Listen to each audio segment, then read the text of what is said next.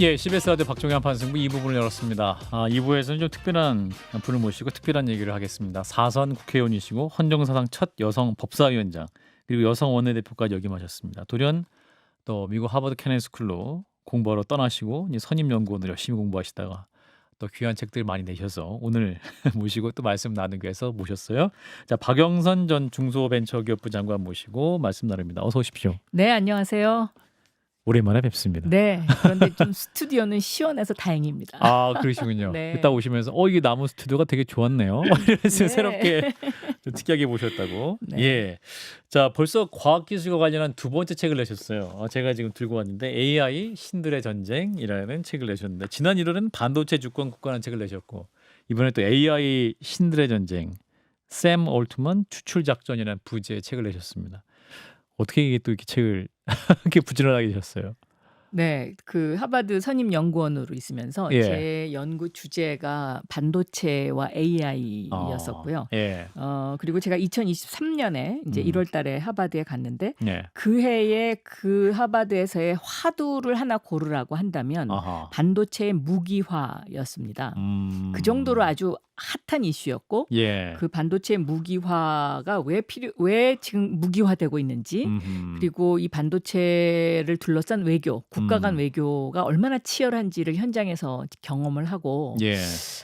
이걸 좀 책으로 써야 되겠구나. 왜냐하면 하버드 케네디 스쿨에서 반도체와 AI에 관한 이제 그 포럼이 예. 굉장히 많이 열렸는데 그렇군요. 거기에 한국 정부의 그 누구도 그리고 음. 한국 기업도 초대되지 않는다는 그 사실이 저를 굉장히 자극했었습니다. 네. 사실 하버드는 그 동시대에 가장 핫한 사람, 가장 핫한 기술, 가장 핫한 이슈를 논의하는 그런 학교이기 때문에 그렇습니다. 네. 그리고 이제 또 그 하버드 케네디 스쿨에서 벌어지고 있는 그 이제 포럼의 주제와 내용들이 대부분 다 백악관에 거의 다 보고가 됩니다. 리포트가 되는데 그렇군요. 그래서 이제 정책 활용에 참고도 하고 또 각 그 국제적으로 각 나라와 서로 이제 연대도 하고 또 필요한 건 공조도 하고 예. 이러는데 거기에 우리나라의 정부와 기업이 초대되지 않는다는 사실이 저를 굉장히 한때 좀 긴장시켰습니다. 그렇군요. 네. 반도체 하면 그래도 우리나라가 그래도 삼성과 SK 하이닉스가 있기 때문에 네. 잘 나가지 않나라는 생각할 때는 초청이 안 되는군요. 우리는 당연히 그렇게 생각을 했죠. 예. 그런데 이제 미국에서 보는 한국의 시각은 예. 한국은 메모리 반도체를 잘 만드는 나라 여기에 국한되어 있고요. 그래요? 실질적으로 이제 이 메모리 반도체보다는 반도체 설계라든가 또 좀 더 부가가치가 높은 AI 반도체를 지금 어떻게 새로운 판을 짜서 서플라이 체인을 만들 것인가 이것이 이제 그 당시에 미국의 가장 큰 관심이었죠. 그렇군요. 그럼 그러한 시대적 흐름과 변화에 우리 기업이나 우리 정부가 잘 따라가지 못하고 있다. 좀 저는 한 발씩 늦게 가고 있다라고 보고 있습니다. 이제 특히 메모리 반도체 지난 이제 1985년부터 약 30년간 그렇죠. 메모리 반도체 강국으로서의 그 지위를 확보하면서 한국이 그것 때문에 이제 국민소득 3만 불을 통과했기도 하죠. 예. 그런데 이제 반도체가 AI 반도체로 판이 바뀌는 이제 이런 상황이고 예. 특히 이제 코로나19를 겪으면서 그 메모리 반도체 시절에 미국이 주도하고 있는 그 서플라이 체인의 체인망을 예. AI 반도체로 이제 바꾸려고 하고 있는데 여기에 이제 한국과 미국이 그리는 그 지도에 한국과 대만이 빠져 있었습니다. 근데 이제 이거는 뭐를 의미하냐면 한국은 북한 리스크가 있고 예. 대만은 중국 리스크가 있으니 예. 한국과 대만은 지금까지 하던 일에서 더 이상 새로운 어떤 기회를 주는 것에 미국이 주저주저 하고 있었던 것이 아닌가. 그리고 이제 한국과 대만 대신에 일본과 싱가포르이 그 자리를 차지하고 있었고요. 예. 그래서 저는 이것을 이제 뉴 애치슨 라인 반도체의 과거에 이제 우리가 6.25 전쟁 때, 한국 전쟁 때 이제 그 미국이 필리핀과 일본을 통해서 그 방어선을 걷지 않았습니까? 그렇죠? 그것처럼 이게 또 뉴 애치슨 라인이 만들어지는 것 아닌가 하는 이제 그런 우려가 있었었습니다. 그러니까 네. 어떤 기술 안보적인 측면에 있어서 새로운 미국의 지도하에 우리가 네. 또 그 지도에 소외되는 것이 아니냐 뭐 이런 네. 말씀이신 것 같은데 그렇습니다. 네. 사실은 우리나라가 되게 잘했고 선두 1등 국가이기도 했었는데 반도체에서. 그럼 왜 메모리 그 부분에 메모리 있어서. 분야에서 네. 그러면 왜 어떤 전략적인 선택을 잘못했던 것이다. 우리 기업들이? 그렇다기보다는요. 예. 어떤 그 전체 세계 시장의 반도체 흐름을 읽는 거기에 좀 한국 정부와 기업들이 정보가 조금 어둡지 않았나 이렇게 생각하고요. 예. 너무 메모리 반도체에 취해 있었던 것 아닌가. 이제 그 예를 들면 반도체를 크게 나누면 1기 그러니까 이제 1960년대죠. 예. 미국이 트랜지스터를 개발하고 그다음에 반도체 직접 회로를 만들던 그 시기에 최강자가 IBM이지 않았습니까? 그렇죠. 그런데 그 당시 IBM은 그 커다란 슈퍼컴에 너무 취해 있었고요. 이것이 PC 시대가 올 것이라고 예측을 그렇게 빠르게 못했죠. 그걸 예. 그리고 다시 PC 시대가 왔을 때는 인텔이 이것을 주도했었어요. 네. 그런데 인텔의 PC 시대에서 스마트폰 시대로 넘어가면서 애플이 주도를 하지 않았습니까? 그렇습니다. 이렇게 시대별로 이제 그 주도하는 회사가 바뀌는데 예. 이때에 그러면 왜 그 미래를 못 보느냐? 거기에 가장 큰 맹점이 바로 그 어떤 한 분야에 너무 취해 있고 그것이 잘 나갈 때 한 발 더 생각해서 미래를 보지 못하는. 근데 지금 우리나라의 정부도 그렇고 기업도 그렇고 예. 작년까지는 메모리 반도체에 너무 취해서 예. 이 메모리 반도체 이후의 세상, 그 세상을 좀 보는데 너무 둔감해 있었던 것이 아닌가 그렇게 그렇군요. 생각합니다. 그래서 네. 지금 오늘날 가장 핵심적 기술로 얘기되고 있는 AI 문제, 네. 인공지능 반도체 분야의 개발이 좀 뒤떨어졌기 때문에 그렇습니다. 네. 그 1등 시장을 놓치게 됐다는 것인데 예. 그런데 이제 일각에서는 그 AI가 거품이다. 네. 를 또 주장하기도 합니다. 저는 AI가 거품이다라는 주장에도 일각견이 있다고 생각합니다. 예. 예를 들면 2000년대 초반에 닷컴 버블이 있지 않았습니까? 지금 어떻게 보면 그런 의미에서 오늘 증시가 상당히 많이 빠졌을 거라고 저는 보고 있는데요. 예. 이 닷컴 버블을 거치면서 이제 옥석이 가려지는 거죠. 예. 근데 지금 이제 2024년도, 그러니까 2023년도는 AI의 챗GPT의 기술 혁명으로 세상을 깜짝 놀라게 했으면 예. 2024년도부터는 이 내 손 안에 AI를 어떻게 쥐어질 것인가 소비자한테. 예. 그러니까 스마트폰은 내 손 안에 컴퓨터를 쥐어진 건데요. 네. 이 내 손 안에 AI를 어떻게 쥐어질 것인가에 대한 산업 전쟁이 시작이 됐는데 이 산업 전쟁이 시작이 되면서 지금 AI에 관한 버블이 이제 꺼지는 그 시작이고 여기서 옥석이 가려질 것이다. 이렇게 저는 생각하고 있습니다. 네. 그렇군요. 그러면 이 옥석 가려진 순간에 정신 바짝 차려야 되는 거 아니에요? 그럼요. 그러면 우리 정부가 여기서 어떻게 정신 바짝 차리면 좋을까요? 크게 지금 AI와 관련해서는 우리가 두 가지 문제가 있습니다. 예. 이제 하나는 챗 GPT와 같은 AI를 돌릴 수 있는 슈퍼컴이 없다는 거고요. 예. 그러니까 이제 파운데이션 모델이 없는 거죠. 음. 그러니까 이 파운데이션 모델이 없는 이 문제는 하루아침에 해결될 수 있는 것이 아니기 때문에 예. 이 부분에 있어서는 일단 논외로 쳐야 될 것 같습니다. 예. 두 번째는 AI 칩의 핵심인 설계. 그러니까 소프트웨어 부분이 우리가 약하다는 겁니다. 예. 항상 우리가 하드웨어는 잘해왔는데 소프트웨어 부분이 항상 한국이 좀 그랬죠. 약했죠. 예. 근데 이 소프트웨어 부분을 어떻게 강화시킬 것인가 여기에 이제 정부의 정책과 전략이 저는 집중돼야 된다고 보고요. 예. 특히 이제 그 미국이 그 AI와 반도체와 관련된 그 회사들과 공장을 미국 땅에 짓게 만들고 있지 않습니까? 예. 그러면 우리도 그 미국으로만 갈 것이 아니라 예. 한국에도 다른 외국 기업을 오게 하거나 아니면 우리나라의 기업들이 떠나지 않도록 하는 환경 조성을 해줘야 되는데 과연 그러면 우리가 그런 어떤 외국 기업이 한국을 찾을 만큼 환경 조성이 돼 있느냐 이제 이 문제를 짚어볼 필요가 있는데 예. 현재는 환경 조성이 안 돼 있습니다. 왜냐하면 반도체와 AI에 있어서 가장 중요한 것이 첫 번째가 기술력이고요. 예. 두 번째가 전력입니다. 그런데 이 전력 문제가 지금 전혀 해결이 안 되고 있습니다. 그러니까 전력. 네. 용인 클러스터라든지 이제 이런 어떤 새로 만들어지는 클러스터의 전기 공급을 무엇으로 어떻게 할 것인가에 대한 구체적인 대안 마련이 아직까지 안 돼 있고 정부가 여기에 대해서 답을 내놓지 못하고 있는 상황이고요. 예. 원래는 산자부가 8월 달에 발표를 하겠다고 했으니까 이번 달까지 한번 기다려 보겠지만 예. 제가 보기에는 이번 달까지 기다려 봐도 크게 뾰족한 수는 없을 것입니다. 왜냐하면 이제 이 기술력이라는 것은 어느 정도 한계에 왔고요. 그 발달의 어떤 폭이 전력이 어떻게 보면 그 AI 반도체 칩의 가격 경쟁력을 결정하는 아주 중요한 변수 중에 하나인데 예. 대부분의 새로 생기는 AI 반도체를 만드는 클러스터들, 예를 들면 일본의 홋카이도에 생기는 실리콘 그 클러스터, 예. 또 미국에 생기는 뭐 여러 가지 그 반도체와 공장들, 그리고 독일, 이탈리아에 생기는 반도체 공장들의 대부분이 재생에너지를 기본으로 하고 있습니다. 아하. 그러니까 재생에너지를 기본으로 한다는 거는 설비에는 돈이 들어가지만 그 이후부터는 돈이 비교적 덜 들어가지 않습니까?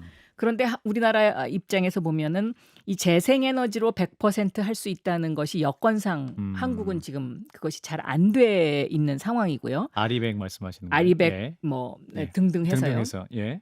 그런데 100% 재생에너지로 못한다고 생각했을 때 이 에너지 포트폴리오 구성을 어떻게 할 것이냐. 물론 화석 원료도 좀 쓸 수밖에 없을 것이고요. 지금 정부는 LNG 3기를 용인 클러스터에다가 공급하겠다고 하는데 이 LNG 3기 갖고는 택도 없거든요. 그러니까 지금 현재 10기가와트가 필요한데 전문가들은 10기가와트 갖고 부족할 것이다. 20기가와트는 있어야 될 것이다. 이렇게 얘기해요.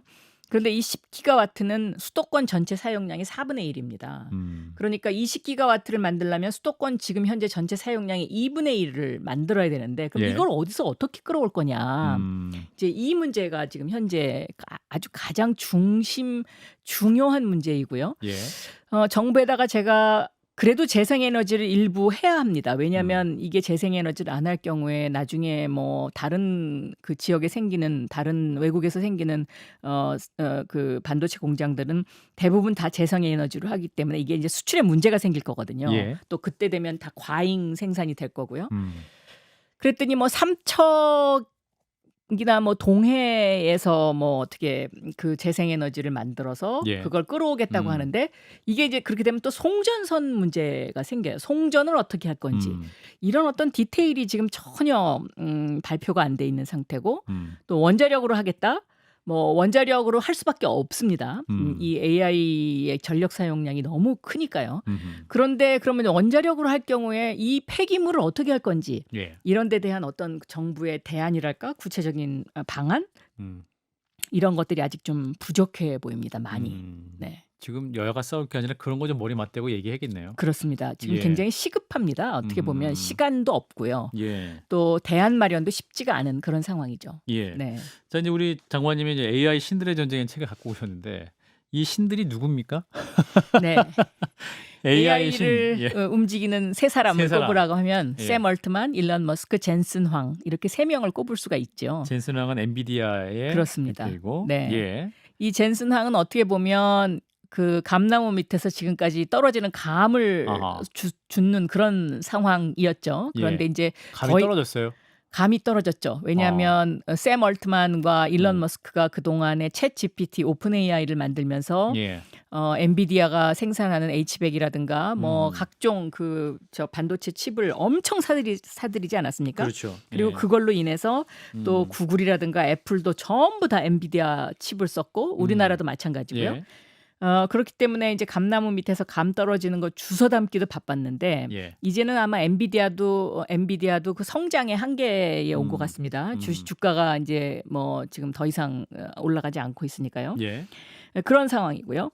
이 샘 얼트만과 일론 머스크는 서로가 서로의 패권을 뺏기지 않으려고 지금 서로 전쟁을 하고 있는 상황이죠. 그래서 이제 신들의 전쟁, AI 신들의 전쟁 이렇게 제목을 붙였습니다. 그렇군요. 네. 이제 샘 올트만이 근데 잠시 회사를 떠났다가 다시 돌아온 그렇습니다. 상황이죠. 네. 이게 이제 오픈 AI에서 어떤 플랫폼이 약간 좀 일반적인 회사랑 달라서 희한한 구조에서 그랬다. 뭐 이렇게 얘기가 나오고 있는데 그런데 저는 그 핵심이 바로 그 패권 전쟁이다. 패권 어떤 네. 패권입니까? 어떤 패권이냐 하면 이 AI를 과연 그 샘 얼트만과 일론 머스크가 당초에 챗GPT를 만들었을 때 서로 음. 약속한 바처럼 음. 인류의 이익을 위해서 첫째 사용하고 두 번째 거기서 개발한 모든 기술을 오픈하기로. 그래서 오픈 AI입니다. 예. 그런데 지금은 클로즈 AI가 됐습니다. 완전 폐쇄됐다. 폐쇄형 네, AI가 폐쇄형 AI가 됐죠. 지금 이제 챗 GPT-4 이거 오픈 안 하고 있으니까요. 예. 그런데 여기에서 처음에 그 샘 얼트만과 일론 머스크가 서로 한 약속을 샘 얼트만이 먼저 배반을 했다. 예. 그래서 일론 머스크가 처음에 그 오픈 AI의 이사회의 주도권을 갖고 있다가 거기서 나오죠. 빠져나왔고 예. 그리고 나서 이 일론 머스크가 이 오픈 AI를 바라보면서 더 이상 샘 얼트만을 저렇게 그냥 놔둬서는 안 되겠구나. 이것이 엄청난 인류의 위협이 되겠구나. 그래서 축출 작전이 시작이 됐는데 예. 결국은 되치기를 당했다라고 아하. 보는 것이 이제 일반적인 시각입니다. 예. 그런데 그 진실은 아직 아무도 모릅니다. 당사자들만 아마 알 겁니다. 예. 그런 상황인데 제가 보기에는요. 일론 머스크도 그럼 과연 정말 순수한 마음으로 인류의 이익을 위해서 기술을 전부 오픈하기 위해서 이 축출 작전의 어떤 배후였느냐? 저는 반드시 그렇다고 보지 않습니다. 왜냐하면 이 스마트폰이 AI를 컴퓨터를 내 손 안에 쥐게 한 것처럼요. 예. 테슬라의 그 전기차 자율주행차가 자동차에 컴퓨터를 장착함으로써 내 발에 컴퓨터를 달고 다니는 거거든요. 그러면 여기서 테슬라가 한 단계 더 업그레이드하기 위해서는 자율주행을 세계 최고로 잘할 수 있어야 되는데 이 자율주행을 잘하기 위해서는 바로 AI가 필요한 것이고 일론 머스크 입장에서는 오픈 AI의 챗 GPT-3와 4 기술이 필요한 거죠. 예. 이제 그거를 오픈시켜야 일론 머스크가 그 테슬라의 자동차가 패권을 계속 쥐면서 기술을 좀 더 앞서갈 수 있다고 판단한 것이 아닌가 저는 그렇게 보고 있습니다. 예. 그래서 네. 그러한 싸움 속에서 어떠한 샘 올트만의 축출 작전도 있었고 그 안에서 이해를 해야 된다. 네. 이런 말씀이신 것 같네요. 자, 그러면 이제 그 신들 중에 우리 기업이 없어서 좀 아쉽긴 한데 네. 우리 기업은 지금 그러면 이 안에 어떻게 들어갈 수 있을까요? 그런 시각으로 보면 사실은 한국이 좀 위기입니다. 예. 왜냐하면 TSMC의 모리스 창 여기에 대적할 만한 한국 기업가? 그러면 그동안에 삼성전자의 이병철 회장 혹은 이건희 회장 이렇게 꼽을 수 있었어요. 예. 또 구글에 대적할 우리나라 기업? 그러면 네이버? 이렇게 꼽을 수가 있었거든요. 그런데 지금 과연 샘 엔비디아? 얼트만과 엔비디아의 젠슨 황, 일론 머스크에 대적할 만한 기업 혹은 기업인이 있느냐? 이런 질문을 하면은요. 예. 한국에 없습니다. 이게 이제 첫째 저는 위기다라고 보고 있고요. 예. 우리가 인터넷 그 시대를 맞아서 네이버와 카카오라는 새로운 회사가 생겼어요. 그런데 지금 이 AI 시대를 맞아 갖고 한국의 새로운 회사들이 아직 탄생을 못하고 있는 이런 예. 상황이에요. 그럼 이게 왜 그런가? 이유는 딱 두 가지인데요. 하나는 그 AI 슈퍼컴 투자가 늦었고요. 그래서 파운데이션 모델을 쫓아갈 수 없는 상황이 됐고 예. 두 번째는 소프트웨어 개발에 그동안에 중요성은 알았지만 거기에 매진하지 못했다. 저는 그렇게 보고 있습니다. 예. 앞으로 우리 기업들이 그런 방향을 갖고 네. 좀 다시 한번 재도약을 위한 어떤 비전을 만들어야 할 상황인 것 같습니다. 그렇습니다. 왜냐하면 네. 지금 이제 그 아까도 질문하셨는데 미국으로 이제 다들 기업들이 넘어가지 않습니까? 예. 그러면 우리나라도 한국으로 데려와야 되는데 예. 뭐 어떤 분야를 데려올 거냐? 음. 우리가 지금 현재 가장 유리하다고 볼 수 있는 분야는 R&D 분야입니다. 왜냐하면 미국에는 그런 R&D 분야의 연구원들을 구하려면 굉장히 월급을 많이 줘야 되고 그렇죠. 인력에 문제가 있는데 한국은 우수한 인력들이 굉장히 많이 있습니다. 예. 그래서 이 인력을 활용할 수 있는 R&D 전략을 저는 좀 더 정부도 강화해야 되고 국회에서도 이 부분에 있어서는 싱가포르나 대만을 뛰어넘는 그런 어떤 그 매력 있는 인센티브를 제공하는 그런 법들을 만들어야 되지 않을까 저는 그렇게 생각하고 있습니다. 예. 자, 박영선 전 중기부 장관 만나고 있는데요. 한 4분 남았어요. 5분 남았군요. 지금 이제 하버드에서 연구과정 두 갈래 길이었다. 하나는 이제 어떤 빅테크의 현실, 또 하나는 민주주의라고 말씀하셨는데 네. 미국에 계셔서 최근에 오셨기 때문에 미국 대선 상황, 지금 트럼프와 해리스의 대결, 어떻게 보고 계세요? 이제 거기도 예측 불허가 된 것 같습니다. 아, 그런가요? 네. 아, 뭐 저는 여성이기 때문에 뭐 해리스 대통령이 됐으면 하는 그런 바람을 갖고 있기도 하고, 또 요새 돌아가는 거 보면 잘하면 저 사람이 미국 최초의 여성 흑인 대통령이 될 수 있겠다 하는 그런 생각도 해봅니다. 네. 화제가 된 게 우리 장관님과 그 해리스의 남편과 같은 로펌에서 근무하셨다면서요? 아, 제 남편이 예. 같은 로펌에서 근무를 했죠. 네, 아, 네. 그러면 그 되게 또 부부 동반 모임도 하고 이제. 아니 그런 건 아닙니다. 별로 안 좋은 로펌이네. 이게 부부끼리 만나. 그러면 함께 일도 하셨던 거네. 그러면 네, 남편 두 그렇습니다. 분께서는. 네, 네, 네. 그러면 컨택 포인트가 있겠네요. 글쎄 그거는 모르겠습니다. 제가 남편한테 아직 안 물어봤습니다. 아, 물어보셨는데 공개 덜 하시려고 하신 거 아닙니까? 예. 그래도 미국 대선이 뭐랄까요, 또 총격 사건도 있었기 때문에 네. 양극단으로 가는 그런 좀 상황이고, 어떤 미국 민주주의도 어떤 세계의 모범적인 사례였음에도 불구하고 이제 점점 그 모범과 거리가 멀어지는 것이 아니냐.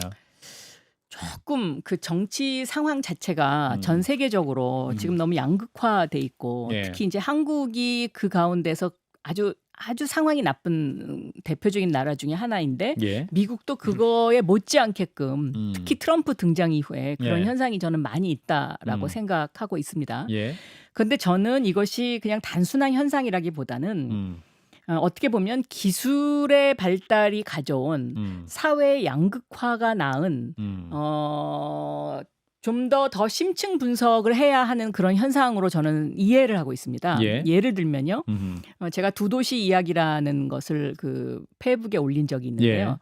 양극단, 그러니까 서로, 그러니까 그 당시에가 시대적 배경이 1차 산업혁명 이후 직후입니다. 그러니까 인간이 바퀴를 발명을 해서 이 바퀴가 마차를 만들었죠. 예. 그래서 그 당시에는 마차를 갖고 있는 사람과 그렇지 못한 사람으로 양극화됐는데, 이 마차를 갖고 있었던 소위 말하면 기득권층이 이 마차를 갖지 못한 그 아주 그 서민과 천민 계층을 아주 무시하는, 그러니까 예를 들어서 마차가 오면은 아이들이 막 동네 아이들이 뛰어나갈 거 아닙니까? 예. 야, 저기 마차가 온다. 예. 근데 그 마차 마부가 마차를 세우지 않고 그냥 지나갑니다. 그래서 아이들이 그 마차 바퀴에 깔려 죽어요. 그러면 깔려 죽으면 당연히 그 차에서 내려서 이 아이들을 위로하고 부모를 위로하는 게 당연한 일인데, 그 책을 보면 귀족들이 그냥 애들을 왜 저런 식으로 관리해?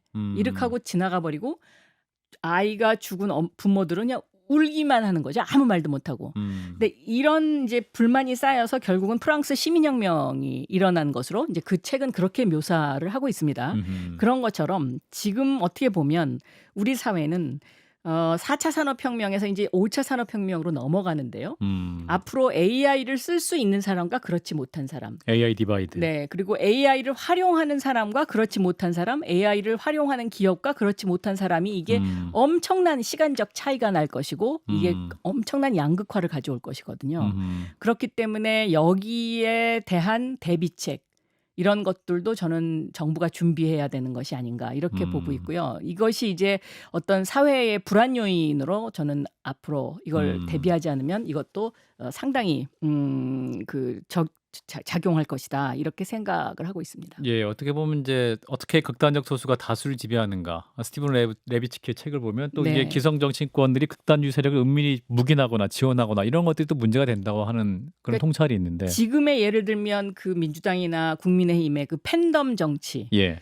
이거가 제가 보기에는 이거를 빨리 해소하지 못하면은요, 우리 사회도 그 팬덤에 의해서 결국은 양극단으로 다 몰려가면서 그 끝이 저는 굉장히 비극적으로 끝나지 않을까 이런 우려가 상당히 생기고 있습니다. 네. 그렇군요. 그 끝이 비극적인 끝이 뭘까요? 20초. 결국은 서민들이 그리고 중도층들이 더 이상 못 참고 폭발하는 거겠죠. 네. 이제 지금은 다 중도층들이 침묵으로 그냥 일관하고 있고 정치를 애써 외면하고 있지 않습니까? 네. 그런데 이제 이런 시기가 어느 정도 지나고 나면 못 참는 한계에 오는 그날이 오지 않을까. 그래서 거기에 대해서 정치권이 저는 지금 빨리 대비해야 된다 이렇게 생각하고 있습니다. 민주주의 얘기만 따로 모시고 말씀 나눠야 될 것 같습니다. 네. 자, 일단 오늘 AI 신들의 전쟁 새 책을 들고 나오신 박영선 전 중소벤처기업부 장관과 말씀 나눴습니다. 고맙습니다. 감사합니다.